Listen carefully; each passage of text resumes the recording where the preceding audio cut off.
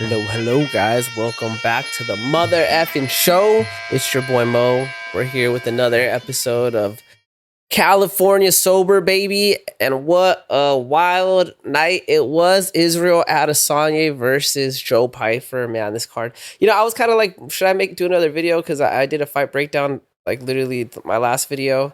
But I like Izzy. I really like Izzy. He's one of my favorite fighters. Personality, he's kind of weird, but he's cool. He's cool. Fight style, I love his fight style. Really slick. But here we are. We're gonna break down what happened at the UFC event in Seattle. Would also like to add, just got back from autism event. For those of you that don't know, Spider Muay Thai, we do a lot of stuff for the community. We Primarily, we focus a lot on helping kids with special needs. Coach Frankie, his son has autism, so he's very passionate about like helping kids with autism and disabilities. And so we actually have privates, and we have like a whole program just for kids with special needs. We do one-on-ones with them and stuff. When I say we, I mean mostly Frankie. Maybe I'm gonna start helping him out with that. I don't know. I don't have any kids. I don't have anyone with autism, but I knew that Frankie's passionate about this kind of stuff. Actually, I think it was a year ago, I had a conversation with Frankie, and I remember he was kind of a little bummed out, and he had mentioned how he does a lot of stuff for other people, and he doesn't feel like people do things for him, like they don't come through for him. So when he was putting together this autism awareness event, I was like, oh, I'm gonna slide through, I'm gonna show my dog I support him, you know what I'm saying? Spider Muay Thai, baby. I was the only one that showed up for my team. That's crazy because I'm like a delinquent, bro. Like, damn, that shit's crazy. Anyways, so yeah, I think I took like just one video of the event. It was kind of weird because I didn't want to film like people's kids and stuff, but it's pretty cool. So check it out, dude. If for other gyms, if you guys are watching, I think you guys should try to get involved with helping out kids, just people in general, maybe with disabilities. There's like programs out there to get paid too, but it does take a while. Like there's this program. It's called I was talking about it the whole day. I had to learn about it for this freaking event, but it starts with an R, dude. I can't regional. There's a program called Regional. It can, like, anyone can access it. It's just funds from the state, and they'll pay for like things to help with your special needs kid. So it'll actually pay for Muay Thai, but the gym has to be a part of the program. And so Frankie actually went through, his wife, I think, Eva, she went through the process of getting our gym approved to be on regional. It's kind of a hassle because I will admit that if you are part of regional, they don't pay you on time. Sometimes you'll go a whole year and then they'll pay you for the whole year, but like all at once. I found out, I did ask questions about that, and I was informed because like normally for stuff like that, whatever money doesn't get used, it basically becomes bonuses for the employees. So they try not to, they just try to hold on to the money, bro. Anyways, I'm rambling. I'm going on, but anyways, let's get to the pro. I'm sorry, dude. My phone's just going on. What? Sorry about that. Let me silence this, guys. Sorry, gang. But yeah, Izzy Adesanya versus Joe Pyfer. What a freaking fight this was, man. I was curious to see how this match was going to go, primarily because Izzy took a long break, dude. I don't remember exactly how long he took, but he took a long break. So like I said, he's one of my favorite fighters. Joe Pyfer's rising up in the ranks right now. Insane power, insane knockout, hungry as hell. Izzy, slick, not as motivated, I feel like, and that's kind of like, I feel like he's kind of in his Conor McGregor era. Like, he's not doing cocaine and all that, but I just feel like the motivation isn't there, right? But yeah, let's get started. UFC Seattle. What a wild night, baby. At the Climate Pledge Arena. We just witnessed one of the most unpredictable UFC fight nights in recent history, right? We had a legendary retirement, Michael Chiesa, to a massive upset at the main event. Seattle, this card delivered, man. Let's break it down, baby. So yeah, I'm gonna open up. I'll just open up with Joe Pyfer versus Israel Adesanya. Joe body bags Pyfer. He's coming in with a 16-3 record versus Adesanya's 24-6. That's a pretty big gap in MMA. That's just in MMA too. You guys forget Izzy had a pretty crazy run in Glory, and was it Glory? Yeah, he was in Glory and just kickboxing in general. So Izzy's got a lot of fights, baby. Izzy, he came out He's been on his African tip lately, man. He came out with some African vibes, man. It felt like full Wakanda energy. It was cool, you know. I like the vibes, bro. But I will say though, Izzy looked like he was a zombie, dude. His weight cut looks so bad. Let me see if I can find a picture of this real quick. All right, I found this video. That really kind of gives you a pretty good idea on his state of his health. I mean, dude, look at this dude. Looks skinny as hell. Like damn, especially for his height. I mean, it's no water at all. Look at his face just sucked in. Look at this video though. Straight up Wakanda vibes. I'm telling you, this dude is all about the Wakandaness right now. Look at Joe, dude. Shredded. Healthy looking. Yeah. Yeah, so Izzy looked rough, dude. He really did look rough. Just off the weigh-ins, I was already like, ooh. That's one of the biggest factors of how you're gonna do, how well you'll do in a fight is that weight cut, dude. That's the last hurdle of your training camp, and it's the most, I would say, most important hurdle, you know. So I saw that and I was like, this is not looking good, you know. And like I said, Izzy's taking a long break. It's been a while since he had a weight cut. I mean, the motivation to even weight cut probably isn't there. He's got like a bunch of stuff that's going on outside of fighting. Yeah. In comparison, Pyfer looked good, bro. He did. He looked healthy. He was sharp, you know. So it's interesting. One thing I did note though was Pyfer coming in. He was ranked at number 14 when he came into this fight. Izzy was ranked number 4. That's a massive step up in competition. I mean, you know, if Pyfer were to win this fight, you know, he would move up to like at least the number 5 ranked guy. You know what I'm saying? So, yeah. So that's a massive step up, right? And so, you know, do we rise or do we fall, baby? But yeah, so let's get into the fight, dog. So, dude, this fight, Pyfer was relentless, dude. He clenched early. He was clearly trying to drain Izzy's gas tank. Like you could tell right when the fight started, he was just trying to grab him, hold him down. He wasn't so much like worried too much about the takedowns. Like, I mean, I'm sure if the takedown was there, he would take it, but it was more of just putting his weight on Izzy, working on that gas tank. That weight cut obviously was a bad weight cut, and the first thing to go when that weight cut is bad is your cardio. Your muscles just get tired faster. Your conditioning, it just takes like a fat hit. Like I said, dude, that weight cut means a lot. Izzy, he was just being classic Izzy, man. Izzy was doing a lot of stance switching, back steps. Dude, one of the things that I really like about Adesanya is he does this thing where he'll press forward, right? He'll poke. Sometimes he'll just press forward with feints, not even actually hitting you, just feinting, maybe poking you with something, you know? And he's trying to he'll try to bait you in. And the second you step in to try to counter or try to stop his forward pressure, he'll take like a step back, either by stepping on his back foot into southpaw or like just hopping back, and then he'll counter. He's really good at doing that. And he got that off early on Joe Pyfer with just like punches. He was kind of like going forward and then stepping back, boom. You know, there's a very big there's a big difference in striking abilities, right? Pyfer, obviously, he's more traditional. He likes to come in. He's heavy-handed. He likes to hit hard. Izzy's more like free-flowing, you know, more Muhammad Ali, I'd say, you know. He likes to float like a butterfly, sting like a bee, baby. You know what I mean? He likes to use good footwork. And he likes to be tricky. That's how he lands a lot of his knockout shots, is just by being tricky, right?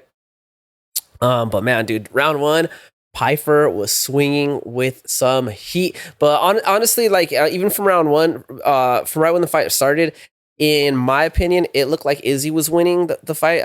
You know, at least in round 1, he looked like he was out striking him. He just was able to move around a little bit quicker and get out of danger a little bit better, right?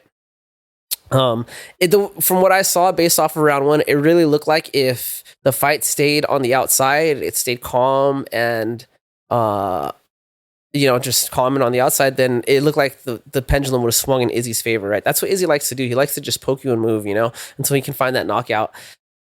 Round 2, that's when the cardio started to shift. Pyfer was, in round 2, it looked like to me, in my opinion, in round 2, it looked like Pyfer was kind of getting a little concerned with this where the fight was going. He was getting outscored and he was getting frustrated because he wasn't able to touch Izzy.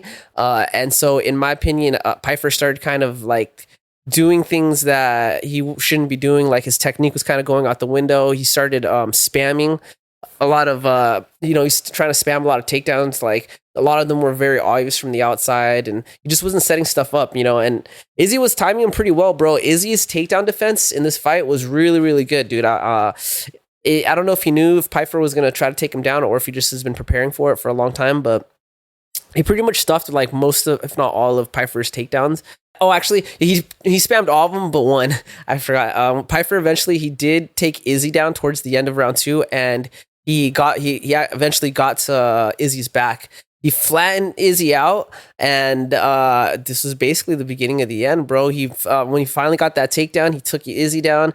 He worked his way to the back, and I mean, Izzy already like looked defeated. Like once Pyfer started laying on top of him, Izzy had no way to get up, and I mean, dude, you could see him.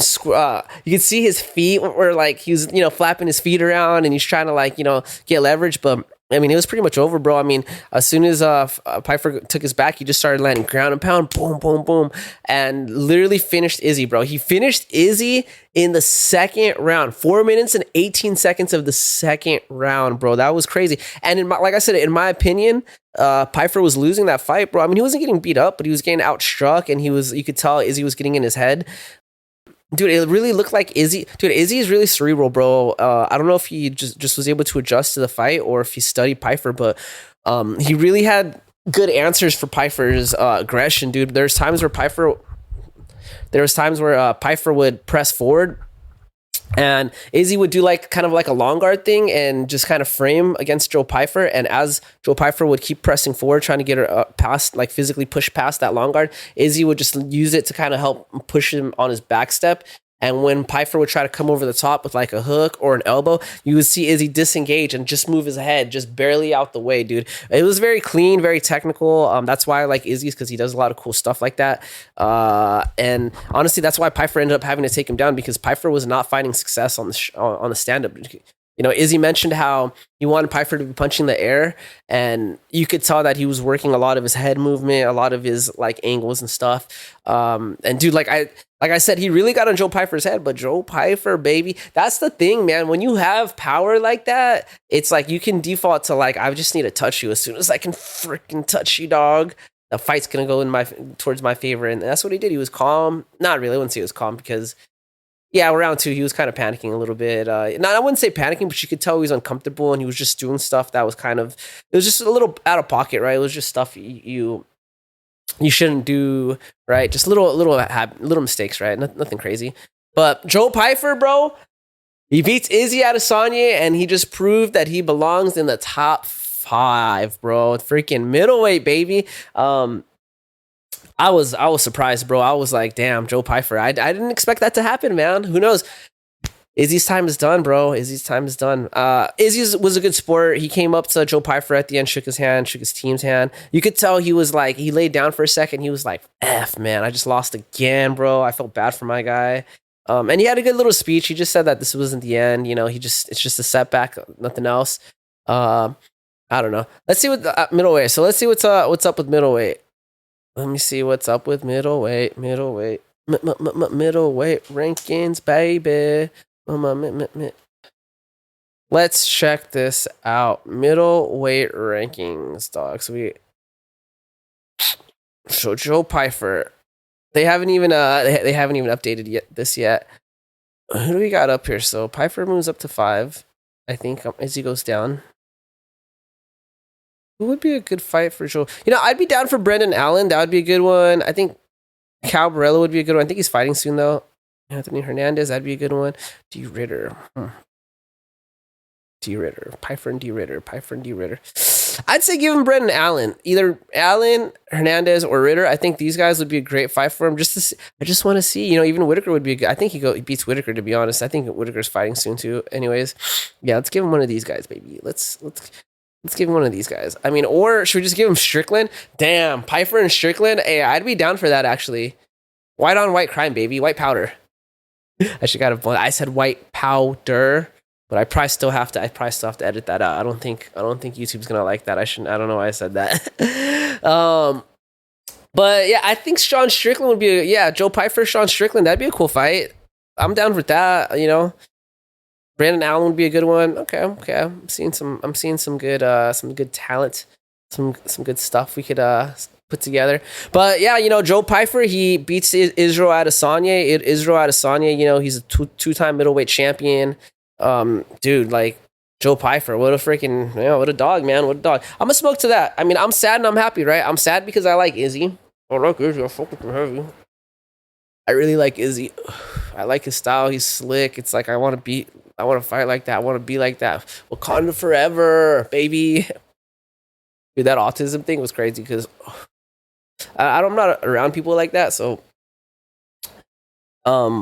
it just really was like, damn, all these parents, it's like, man, their life must be so hard, And I saw varying degrees of people on the spectrum.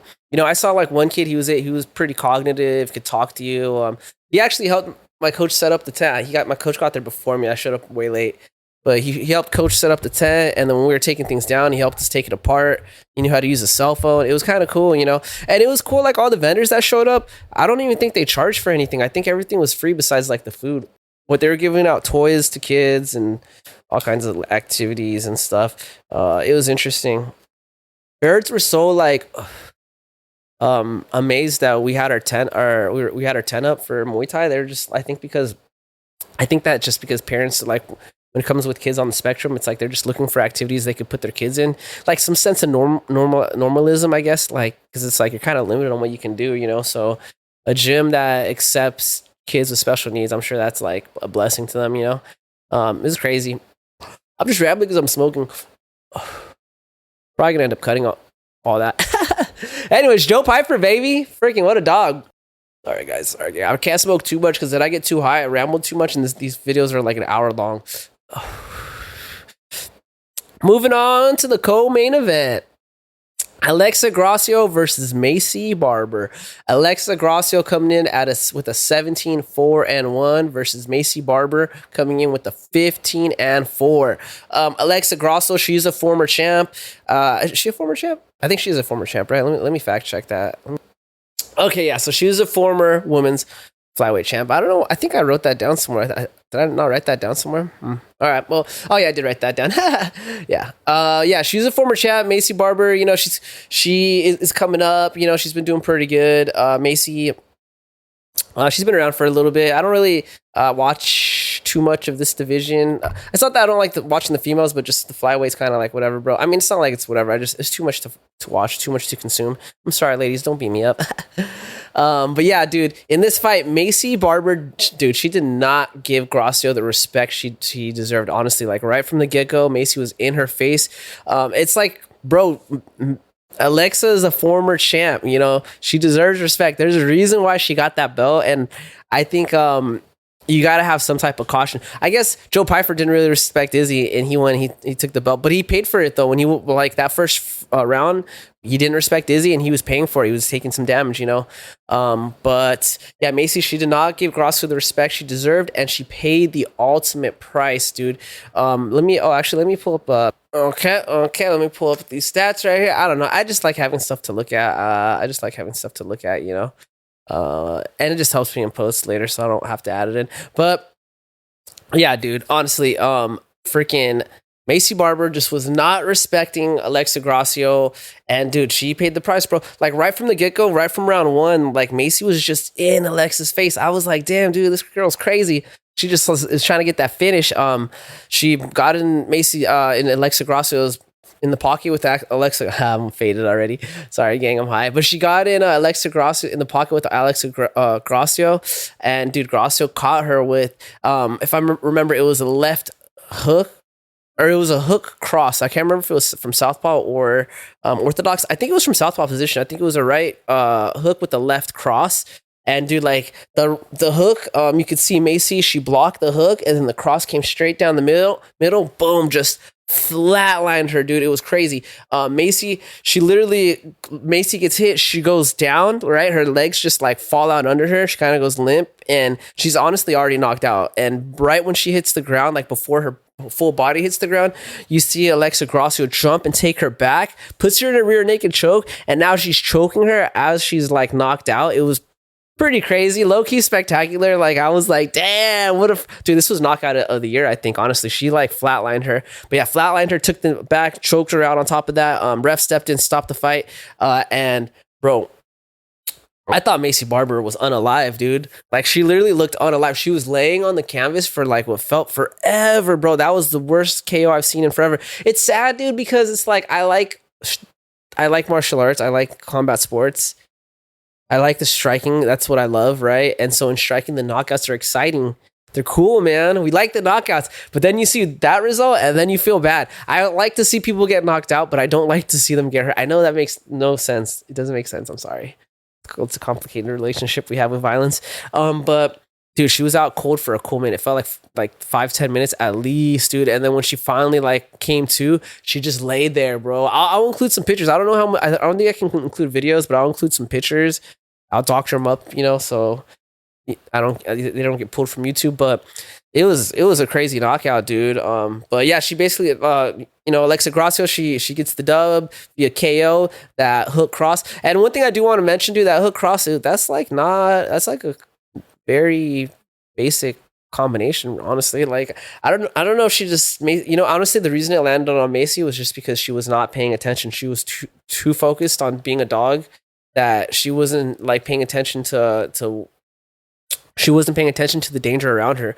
She was just completely just thinking about her offense, that she just left her defense suffer. I think were they both southpaw? I think they were both southpaw fighters too, so that might change some things. I don't know. But anyways, yeah, Alexa Grasso, she gets the KO at 2 minutes and 42 seconds of round 1. What a scary scene it was, but she walked out. Macy Barber, she was able to walk out on her own after a couple minutes with what felt like forever.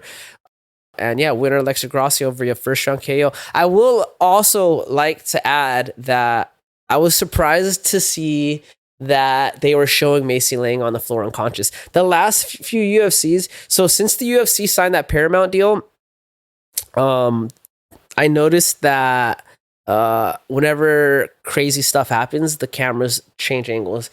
It's almost like it was deliberate. I feel like they were, I feel like because of the new deal with Paramount, maybe Paramount they're cool with the fighting, the sport, the money of it, but the heavy knockouts, like when I'll give you an example, when Cody Garbrandt got hit in the nuts, Paramount didn't show the broadcast of him laying on the floor, grabbing his nuts. They cut to his opponent that was like kind of walking around, so anyways, I think Dana White, I think he spoke with Paramount and he said, hey man, this is money. This is what we do. And you better freaking put that camera on the mother effer who's getting hurt, baby. And so, yeah, they did, even though it was kind of scary. Yeah. Alexa Grasso, speedy recovery. And yeah, so now we will get into the next fight. This fight was important fight. It was a big fight. It was Michael Chiesa versus Nico Price. This was Michael Chiesa's retirement fight. Michael Chiesa, he's actually I think he's from Seattle, if I'm not mistaken. So this was his retirement fight. This was in his home state. It was just all vibes. And he was fighting Nico Price. I think I called him Pierce, my bad. I like Nico Price, dude. I like how he's weird. His style is weird. His personality is weird and nice. I like him as a fighter. I like him as a person, just a person. But he's been on a downward trajectory, bro. My guy has been just on a downward trajectory. Let's see if we can pull up his record, bro. And let me see. All right, so I got his record, dude. Check this out, gang. And this is going to show you the results of this fight that I'm talking about. But most of you probably already know. If you're a real fight fan, you should already know. But look, dude, before he fought Michael Chiesa, he fought Nikola Russian guy. Sorry, guys, I'm high. Mouth is dry. Great fight, though. Nikolai freaking knocked him out. I think it was like a knee or something. Punches, I'm sorry. Then he fought Jacob Smith. Got rear naked choked. Themba Goyambo decision, right? He just hasn't been doing good, man. Look, it's mostly losses, dude. I don't know. I just like his style. Why do I like this guy? Why do I like this guy? I don't know. I like his style, dude. I just do. I like how he has a weird style, dude. I'm a weird guy. He's a weird guy. I feel like we vibe, man. We're probably like both low key on the same spectrum. But yeah, his record hasn't been looking too good. Not good at all. But anyways, so Nico Price, he's fighting Michael Chiesa. This was for Michael Chiesa's retirement fight. Michael Chiesa, He's coming in with a 19-7 record. Nico Price 16-10 and 2 no contests. Kind of strange. It's rare to see one. When you see one, it's something, and then when you see 2, that's got to be something else. But yeah. But yeah. Let's see. My bad, guys. Lost my train of thought, guys. 1 second. Let me pull my notes up. Okay, gang. Okay, we're back. So yeah, this is the marijuana talk, bro. The marijuana does not help with the show, guys. I'm sorry. I'm sorry, gang. It is what it is. But yeah, Michael Chiesa, the Maverick. What a career this guy's had, man. He's been on a downward trajectory as well, but he's also getting older. I think he was like 38 or something, so I get it, Maverick, he's more of a jiu-jitsu type guy. He's kind of like Khabib, I guess, but not as like talented. He pretty much, when the fight starts, he just tries to grab you and take your back. Pretty much, it's kind of his thing, Nico, he's kind of a little bit different. He's more like loopy. He kind of has weird angles, stance switching. He has some good knees. Works pretty decent in the clinch. His last fight. So the last fight I remember him fighting, I believe it was Robbie Lawler. Oh no, it was that Russian cat. I'm sorry, but the last time he fought someone that had a retirement fight was Robbie Lawler, and Robbie Lawler knocked him out in the clinch. He was trying to knee Robbie Lawler, and then Robbie Lawler hit him with the overhand, freaking knocked him out. So then when I saw this lineup with Michael Chiesa versus Nico Price, I was like, damn, is this just the dude they call when it's time to retire a fighter? I don't know, dude. That's just the job. But I will say Nico Price, he did come in. He took this fight on short notice. I believe it was like a 2-week notice. So, I mean, hats off to him for stepping up, but these are the consequences of not being prepared, right? Or there are consequences of not being prepared, right? So, Michael Chiesa, he ends his career on a 4-fight win streak. He basically secured a rear naked choke at just 1 minute and 3 seconds into the first round. Literally, the fight started. There was a quick exchange, and he just grabbed Nico. He grabbed Nico, didn't let go of him, right? And then he just dragged him to the ground, took his back, and choked him out, bro. Just like I said, 1 minute and 3 seconds in the first round. It was a good last dance for the legend, Pacific Northwest legend. Winner, Michael Chiesa via first round sub. Hats off to you, virtual hat. Boop, boop. Hats off to you, Chiesa. It was a great fight, or a great career.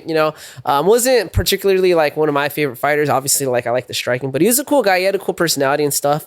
So, man, that dude looked old, by the way. Man, when he came, this fight, Chiesa looked old. He was withered, grayed. I mean, I get it. He looked shredded, though. I was surprised. He took this fight seriously. They got USADA better test my guy, bro. He was on all the freaking peds in the world, man. All right. Moving on to this next fight. This fight I was excited for. I'm talking about let me pull this stuff up real quick. Unpause. Sorry. I had to rewatch the fight real quick. I just wanted to rewatch it. I don't know. I wrote some notes and stuff, but it's cool to I want to just rewatch it just to refresh my memory. But yeah, this next fight that I want to talk about is where's my notes? Usari Belgori versus Mansour Abdul Malik. I was excited for this cat, Usari Belgori. This cat right here, technically. My bad. But this cat right here, Usari Belgori.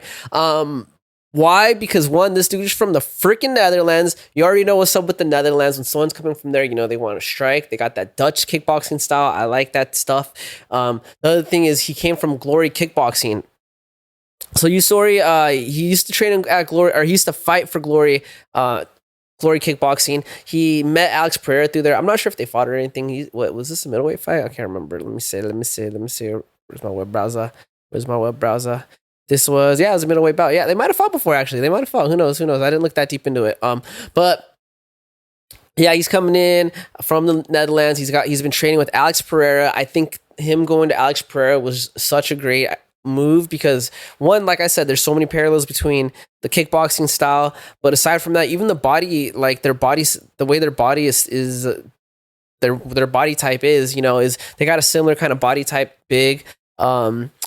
I will say, Usari, he's pretty big for the middleweight, and so I don't know. I'm impressed by how he fights, but it's also can he only do the stuff he's doing because he's so much bigger than his opponents? Dude, he was massive against Malik. Dude, he looked way bigger. His arms were way longer.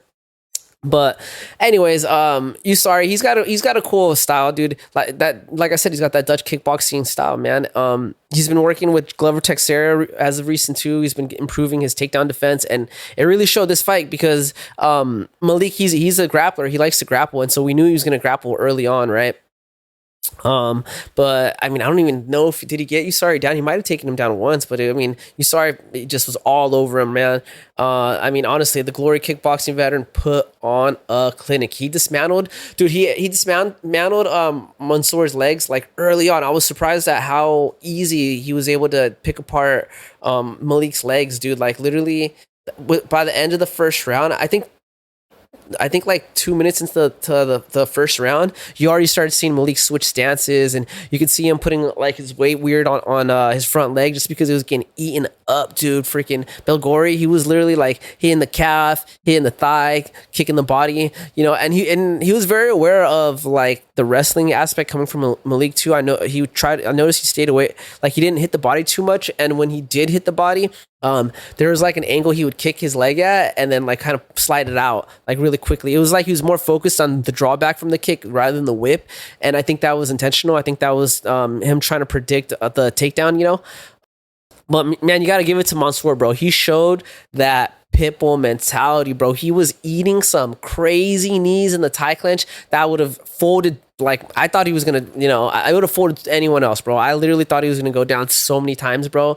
Like in that second round, like the first round, he was kind of getting pick apart Belgori. Belgori. He was kind of like aggressive. It was a lot of singles coming from Belgori's side, but once the second round started, you could tell like Belgori was like, all right, I'm gonna try to put this fool out. And dude, he put a clinic, dude. His knees were savage. The fact that like Belgori was able to put Malik in the tie clench and knee him as freely as he did, knowing that Malik is the dominant wrestler, was surprising to me, and it was interesting because I was like, damn, that's actually not like, it's not the best like clench position to put someone in if you're trying to avoid the single or the double leg. So I'm not sure if Belgori just was able to prevent the takedowns from the full plum clench or aka tie clench because he was just more skilled, or if he just was physically stronger and he was able to hold him back with the forearms. I think it could be, both can be true, but bro, when Belgori had Malik in the clench, it was crazy. Like he would literally grab him, knee him to the body. He would take his back, start punching him in the face from the back. Like, dude, in the standing clench, dude, like Belgori was a savage, bro. He was an animal. Finally, though, dude, after a massive knee to Mansour's face, they were in the clench. Belgori, he landed some knees to the body. He lands a knee to the clench, and then they break.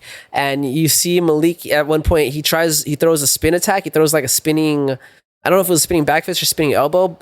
It misses, and Belgori lands across, just drops him, and dude finally just puts an end to it, bro. Like this was a whole round two was literally just Malik taking damage, bro, just getting beat up. This fight kind of didn't look like Malik should have been in it. Honestly, I don't think he had any way to win. So maybe it was a bad fight for him. Maybe it was a bad weight cut. I don't know. Or maybe Belgori is just that good. But Belgori gets the dub, baby. Alex Pereira was in his corner too, so that was cool. That was cool. So we'll see what's up with middleweight. Who knows? Maybe Belgori will move up and fight Joe Pyfer. That'd be interesting. Or maybe Belgori fights Adesanya. That'd be an interesting fight, I mean, Adesanya's, he just lost. He's on his way down. Belgori's on, he's just entering the rankings. Side note, would like to say that Belgori, I think he was in Dana White's Contender Series, and I believe he won that series, but he didn't actually get a contract at that time. That was kind of interesting. That was actually an interesting fact that Cormier shot out, so I'm not sure what's up with that. I don't think that usually happens, so whatever, dude. Winner Belgori via. Wait, did Belgori win third round or second round? I think it was the second round. I don't know. My notes I put third. I think I meant to put second. Let me fact check that. Let me fact check, gang. Oh snaps, gang! I messed up, gang. I deleted a whole second paragraph. This fight went 3 rounds, so that cross dropped Malik in the second round. Oh, I'm sorry, gang. It's the weed. I get high. I don't think about these things, and I start making mistakes. We're all human, right? We're all human. But yeah, dude. So Belgori, he drops Malik at the end of that second round. Malik throws a spin attack and misses. Belgori lands a cross, drops him, and he lands some ground and pound. Malik freaking survives, bro. Malik survives the round. Like literally, like the bell rings at like the last second, and Malik looked like he was basically he ate like 20 punches, bro, on the ground. Like literally, like had there been like an extra second, I think the fight would have been stopped. I thought the ref was gonna still call it because even though he made it past the round, if I was the ref, I'd have been like, dude, he was getting freaking pieced up in round 2, and he got very pieced up at the last 30 seconds. I don't see why we should continue watching him fight, but whatever. These refs were kind of like down though, bro. I'm not gonna lie, dude. These refs were down. They're letting a lot of stuff fly this fight. But dude, Malik goes in round 3, beat up, dude. He got beat up round 2. He has to go into round 3. Round 3, no different. Freaking clinic, dude. Just getting beat up. Belgori just was having his way with Malik any way he wanted, and Belgori ends up landing a knee in the clinch. He has Malik against the cage. I'm sorry, Belgori ends up landing a knee on Malik. He has Malik pressed up against the cage. He's got him in the tie clinch. Lands a knee up the middle. Gets the knockout. Done, dude. Literally finally puts him out. 3rd round KO. Winner, Usari Belgori via KO, man. It was a crazy fight. This was a good scrap. Like I said, I was excited to watch this guy fight. I like the striking stuff, so it is what it is, baby. So we'll see we'll see what's up with them, man. I think he's still unranked, but we'll see who's next for the division. Let's see who he's got. Let's check it out. All right. Let's see what we got. So, Belgori, who can he fight? Pyfer would be cool, but Pyfer just freaking skyrocketed. He just skyrocketed, but that'd be a good. I think that would have been a good fight. T. Ritter, number 8. I would be down to give him a number 8, but maybe you gotta give him a top 15 just because you just got in here. Maybe okay, this would be a good one. Gregory Rodriguez. Ooh, that would be a good one. Costa, I don't know. I think Costa beats him. Maybe Dilladez. This would be a good one. I'm gonna lean with Gregory Rodriguez or maybe Cannonier. That would be a good matchup. That's what I'm gonna roll with. If I'm the matchmaker, that's what I'm doing, baby. But yeah, winner Usari Belgori. What a freaking exciting fighter. The sky's the limit for this guy. And honestly, you can tell he had been training with Alex Pereira a lot because he was throwing some of his strikes the same way Alex Pereira throws them, especially like that uppercut. He threw it just exactly like how Alex Pereira throws it. And those calf kicks, he was throwing those calf kicks, similar to how Alex Pereira, how he kind of like keeps his hands out in frames and then boom, swaps a low kick, calf kick. So cool stuff. Let's see what's next. Who do we got, gang? Next fight, man. This fight pains me to talk about, but I got to talk about it, baby. Ricky Simone versus Adrian Yanez. Ricky Simone's coming in with the 22-7. Adrian Yanez is coming in with the 17-6. This fight was a banger, bro. This was a good fight to watch. It went all 3 rounds. I think it showcased Adrian Yanez is striking and like a lot, like the most, right? Like Adrian Yanez, he is a crisp striker, great boxing. I was surprised because Ricky Simone, he's no slouch to boxing, bro. He's actually a great boxer. He's got good slips, got good counters, a lot of forward pressure. Ricky Simone's a very intelligent fighter, and he's got great grappling too. He almost submitted Merab. In case you guys didn't know, he had Merab in. It was like an anaconda or something. It was like I believe it was like an anaconda or like a reverse guillotine. I think it was like a reverse guillotine or something, but you saw Merab, dude, his legs were literally like jumping around like he was about to go out. He somehow didn't, through sheer will, he didn't go out and the fight continued. And after that round, Merab was able to take the fight and, he got that dub. But Ricky Simone was no slouch, bro. He's a savage. Adrian Yanez, he's also a savage. Been, watching this guy since his debut. Great striker. But yeah, the scoring though, a little controversial. You guys watch it. You tell me. I personally thought the fight, like in here. I'll tell you what the result was. So this fight was determined to be a majority draw. The judges saw it at a 20. One judge saw it at a 29-28. The other 2 judges, it doesn't even tell you the name, but the other 2 judges saw it at 28-28, 28-28. I personally feel like Ricky Simone won round 3, but I think round 1 and 2, I don't know. I gave round 1 and 2 to Adrian Yanez, dude. I think his boxing was able to take those rounds. I gotta rewatch it. Maybe I should rewatch it right now. Let me pause, guys. Pause. Let me rewatch. Okay. My mistake. I was remembering things wrong. I gave Ricky Simone round 2, not round 3. I think it's even debatable if he got round 2. I can see the judges giving him round 2 primarily because he got 2 takedowns. But aside from those takedowns, I feel like in the entirety of round 2, I feel like Ricky Simone was taking damage from the striking.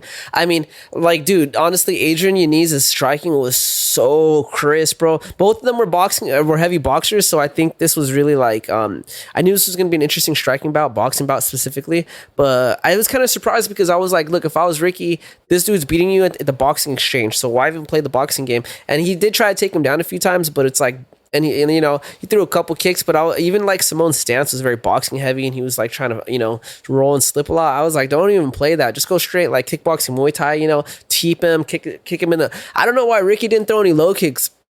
Ricky threw like 4 head kicks. And Adrian was able to basically duck right under the head kicks. Adrian has like that really, like, he had a low stance. 1, I think it was to stuff the takedowns, and 2, it's just that boxing stance. They like to crouch down, keep their head low and their shoulders tucked, right? And so he was able to kind of just go right under the head kick. If I was Ricky Simone, I just would have landed more low kicks. You have an opponent that's just a better boxer than you. Don't play the boxing game, dude. Just kick him in the leg. Take away that power from the boxing. Take away that forward pressure. Ricky Simone looked juiced, bro. He was so thick, bro. I feel like he probably had more power, could have had possibly more power than Yanez. But Yanez was quick, bro. He was so fast, and his technique is so good. Like, he would throw 2 punches before Simone could throw 1, and then he would like literally like footwork his way out, or like literally like then when Ricky would throw his 1 counter, you would see Adrian kind of like slip and throw another 2 or 3, bro. It was so clean. But that's why I was like, if I was Ricky Simone, don't even play that range. Don't play in the boxing range. Stay on the outside and just kick, low kick, teep, break him down slowly and then come in and try to box him out, or just clench up with him, knee. Actually, I know Ricky tried to knee him once and then he ate like a cross. But dude, Adrian Yanez's boxing was so crisp, boom, boom, boom. And Adrian adjusted pretty well after he got taken down in round 2. When he got back to his feet, he like switched it up and he started attacking the body a lot more, right? So he started straight punching, just jabs to Ricky's body. And so that does is 2 things. It's 1, it's like throwing that jab. It's your longest tool in terms of punching, right? So it's like you get a little bit more distance. And 2, it's preventing your opponent from taking you down because you punch that body. Now they got to either block it, or if they try to like shoot in on it, it's physically stopping them. Even if the punch isn't enough to push them back, it's like the second you make contact with them with their body or their stomach and they press forward, it gives you that signal like this guy's pressing forward, and now you can react and jump back or slide out the way, defend, whatever. So Adrian Yanez, he adjusted really well to Ricky Simone's style. And he took the dub and he really outclassed Ricky Simone. I was surprised. I did not think Ricky Simone was going to get done like that. And like I said, I'm a fan of Ricky Simone. I like you, Ricky Simone. You're tight, bro. I fuck with you heavy, bro. If you're watching this, no disrespect, but I gotta say, dude, I gotta speak my mind and I gotta say the truth, bro. I feel like Adrian Yanez should have got that dub. I do. I don't know what happened there, but yeah, the scores, the scorecards reflected a majority draw, so that's what it is. Majority draw, it is what it is. It happens. But yeah, moving on. Next fight. Let me see here. Where we at? And the next fight I want to talk about, Tyrell Fortune versus Marcin Tybura. Tyrell Fortune's coming in with the 18-3 record. Marcin Tybura with the 27-11. Tybura is the Polish man, if I'm not mistaken. Tyrell Fortune, this is his UFC debut. Don't know much about him. I saw some of his highlights from his previous organization. I don't remember what it was for, some regional thing maybe.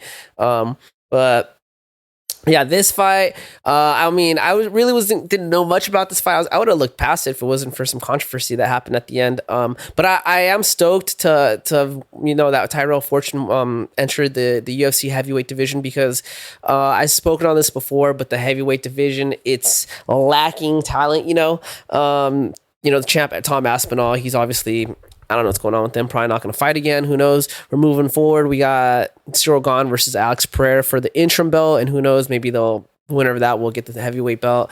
But I mean, overall, just that division's kind of stagnant. So it's good to see a new face, Tyrell Fortune, entering the division. And man, was his debut insane, bro. This dude freaking bulldozed Marcin Tybura, bro. He literally like train wrecked him. There was no point in the fight that Tyrell Fortune was in danger. He came in. He looked like he was he looked like he was a heavy wrestler based off of the clips I saw from his other fights. He did a lot of great ground and pound. But even in the striking, bro, he was piecing up Marcin Tybura, bro. One thing I'll note, though, is I love Tyrell Fortune's grappling, bro. He's like what Khabib should have been, bro. He takes people down, right? He likes to push people against the cage, and then he'll mount them, dude. And he doesn't lock his legs the same way Khabib would lock people's legs, like with that almost like a body lock on the legs, right? But he does kind of he'll wrap one leg around one of their legs, and then he'll use his other leg kind of, again, he'll keep it up against the mat to posture up. And he does this to allow him to strike, right? So he'll wrap one leg around one of your legs and stretch you out, posture with that back leg for a nice strong base, and then he'll lean back and just start bombing you with punches, bro. And that's what I like to see. I like that type of grappling when it's like you're choosing damage over position. It's like it's like, I know people don't want to lose the position, but it's like you try these techniques and then the game changes. It adapts, right? You start learning what works and what doesn't work. And if you keep sticking to just position because it works, then it's just not going to evolve. You know what I mean? So, but anyways, Tyrell Fortune, bro, I think it was the first round, he took Marcin Tybura down, and he basically put him in a crucifix against the fence, bro. Like literally right in the beginning of round one, bro. It was savage.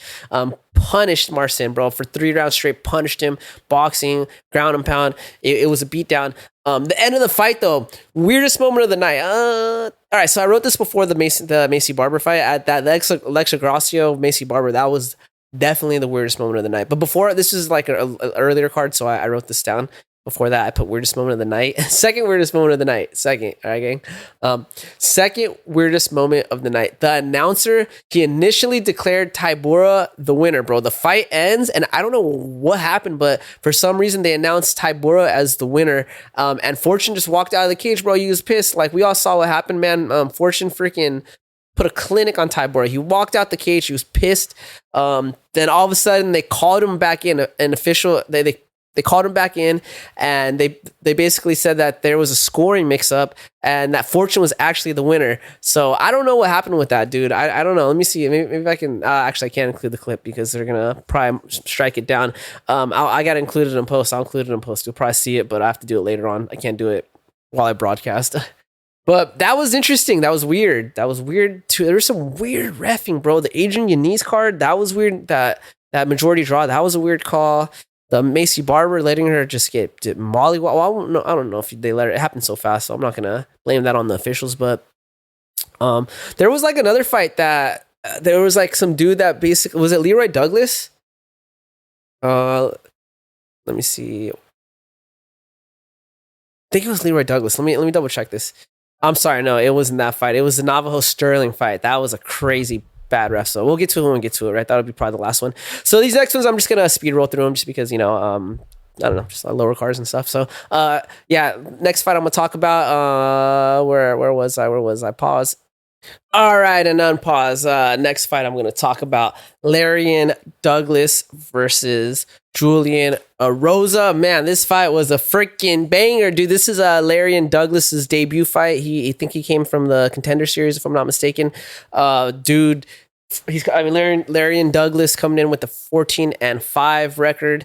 I don't remember what Erosa's record was. I didn't write it down. Sorry, Erosa. It tells you right there on the screen, though. What does it say? Sorry. I'm far from the screen. 31 and damn, he's got 31 and 13 fights. That's crazy. That's a lot. Holy crap, dude. Holy freaking crap. What a veteran that guy is, right? What a veteran. But dude, this was just a masterclass by Larian Douglas, dude. Larian destroyed Julian Erosa. Not even a freaking chance that Julian Erosa had. Like, this guy, like, literally early on, right from the get-go, Larian Douglas just kept attacking Julian Erosa's legs. Like, I think he landed like 4 or 5 low kicks within the span of like a minute, and literally you could see Julian Erosa, he just started switching stances. You could see him put his weight weird on that front leg, and as soon as that happened, you just saw Larian Douglas just start pressure in his face boxing. Dude, Larian Douglas is a brute, bro. His style is savage. He's just in your face, aggressive as hell. Dude, he reminds me of like a Patricio Pitbull type style, just in your face, but just with more cleaner strikes, you know? He's like a more kickboxing clean strike. I didn't really see any takedown. But dude, Rosa had to switch stances like literally 2 minutes into the first round. He switched stances like literally 2 minutes into the first round, and then he gets dropped by a jab. Like he switches stances and then immediately gets dropped, bro. Like, I mean, that's the thing with Larian is he's got good fight IQ. Like he noticed that Rosa switched stances and he was like, oh, this dude's hurt. Bam, jab, hard ass jabs. He literally dropped Rosa like twice with just hard ass jabs.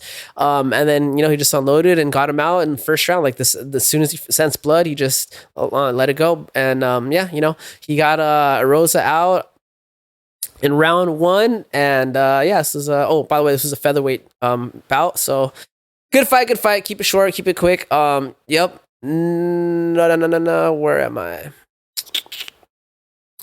Next fight, Lance Gibson Jr. versus Chase Hooper. Lance Gibson Jr. is coming in with the 10-2 record. Damn, why didn't I write all of their why didn't I write all their fight stuff? Let me see. But yeah, Chase Hooper's coming in with a 16-4-1. You guys might remember Lance Gibson Jr. This is his second fight in the UFC. His UFC debut was against King Green, and it didn't look too good. He got taken out. I think it was the first or second round. He got knocked out.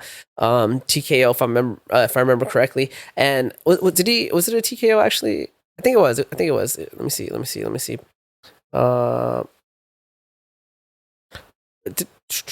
Oh no, I'm sorry. I'm so sorry, bro. It was a freaking decision. It was a decision. My bad. My bad. So yeah. But anyways, it doesn't even matter because honestly, King Green, like he just walked all over him. Like Lance Gibson has more of a traditional like striking style, and you know, Bobby Green does not. Bobby Green is all over the place, moves around, has weird placement, weird timing, and it just looked like Lance Gibson just could not time him. He just was uncomfortable dealing with the sporadicness of King Green, and you know, it was a bad debut for him. He didn't look good. He really didn't look good. I was like, damn, fraud checked. I don't know. I mean, there's a lot of hype with them, but you know, I think his dad's like some type of pro boxer or something. But it wasn't a good debut. It was not a good debut. So he comes in and they set him up a fight with Chase Hooper. Chase Hooper, if you guys don't know who Chase Hooper is, he's a young cat. This guy is a prospect. He got into the UFC at a very young age. He showed a lot of talent, particularly in the grappling. He's very tall and he grabs people and he doesn't let go, and he's got good wrestling. Very tenacious. You know, he can take damage and come forward. But Lance Gibson did not give a F, bro. Lance Gibson Jr. freaking silenced the Seattle crowd by KOing their local favorite in the first round. Yeah, I forgot to mention Chase Hooper's from Seattle. You know, honestly, I think personally Gibson needed this. I just think because there's a lot of hype behind his name, and then the way that Bobby Green did him, the way he did him, I was like, ugh, this isn't good for his stock. It's not good for his stock. I'm not saying losing fights like determine who you are as a fighter, but I just think for how much hype he had coming into the UFC, you know, it didn't look good. But you know, he was able to take Chase Hooper out, and honestly, I was curious. I had Chase Hooper on this. I thought he was going to beat him, but you know, he didn't. Chase Hooper, he folded under the power and got knocked out. He got dropped, and like, bro, like he got dropped. Like you could tell he got hurt, and then like there was a stop, like it wasn't like it was a stoppage, right? So he didn't actually like go out. I think maybe a flash knockout, but he didn't like drop, you know? And he didn't even dispute it, bro. He didn't say anything to the ref. It's almost like he was glad the ref came in and stopped it. He took some shots, dude, some punches that hurt him, man. But yeah, let's go. What's next one? Last one, gang. All right, last fight. Navajo Sterling versus Bruno Lopes. These freaking Brazilians and their S's. I think their S's are like Z's to them, so it throws me off. But Navajo Sterling, he's coming in with the 9-0 record. Bruno's got where am I? Bruno's got a 14-2 record. Navajo Sterling, you know, he's been in the UFC. I think this is like his third-ish fight. I think around third or fourth fight. He's coming in. He trains out of City Kickboxing, over there with Israel Adesanya and Volkanovski and all them. I like him as a fighter just because I like the style that comes out of that gym. Obviously, they're strikers. They really have a high emphasis on being more cerebral in the fight, like using your head, cognitive, right? They're using a lot of distance management, and they don't really like throw crazy long combinations. It's like more of picking your shots and like blitzing at the right time. I like that style. I just do it. I think it looks cool. It's impressive wins and stuff, and you get cool knockouts. Navajo Sterling, he is no stranger to that style. Very similar approach to fighting as Israel Adesanya, outside type stuff. Coming in when you need to. But yeah, he fights Bruno Lopes, destroys him, bro. Literally, where am I at here? City Kickboxing prospect. By the way, I'd also like to add Navajo Sterling. He comes into this undefeated. He's got an undefeated record. Did I say that right? Yeah, I said 8-0. Undefeated record. Dude, he beat the boots on Bruno Lopes, like from the beginning to end. At the end of the fight, I think I don't remember. I think it ended in the second round, but he freaking literally unloaded like 60 strikes. It was already a lopsided fight. Like he was already beating the crap out of Bruno Lopes, but literally at the end of the fight, he's unloading like 60 strikes. I don't know what the official counter is. Right? It might not have been 60. I think it was 60. It could have been more. It could have been 100, dude. It could have been 100. I'll include a clip right here. But dude, he's just beating the crap out of this dude. This dude's on the floor and he's grounding and pounding him. He's busted and bloody. The ref is like right there watching him. And he's not even calling the fight. And I think it was Dominic Cruz was like, at first he was like he's like, oh, the ref's letting it go on. This is my kind of ref, right? Towards like the end, you can see Dominic Cruz didn't want to switch up his stance because he feels refs should allow the fight to continue. But he knew how bad it looked. And so he's like, it's up to the corner to throw in the towel. That was his rebuttal, dude. He knew how bad it looked, right? It was bad. It was terrible. Corner should have freaking definitely thrown in the towel. I don't know why they didn't, but he's Brazilian, bro. Brazilians are savages. Honestly, they're it's like if he dies type ish. I forgot which fight it was. Was it this fight? But it might have been this. Oh, damn, dude. I should have wrote it in my notes. But in one of the fights, the dude went back to his corner all beat up, and his corner told him, "Die a brave death." I don't know. I think was it Bruno Lopes? It might have been Bruno Lopes, but dude, he got beat up. I think the ref should have stopped that fight way early, bro. But it is what it is. I'm not a ref. It's a tough job, so I get it. But anyways, that concludes this episode. How long did I go? I don't know. I can't even see the timer from right here, but I hopefully it was like less than an hour, gang. I'm sorry about that. If it's longer, I try to keep them not that long. But yeah, thanks for watching, guys. California Sober. This was another one of my fight breakdowns. If you enjoy watching me break down fights and smoke weed, then continue with the support, follow, whatever. Like, I don't even care. I do these things just because I like doing these things. So F you guys if you don't like them. But anyways, California Sober, bro. Mo's out. Goodbye.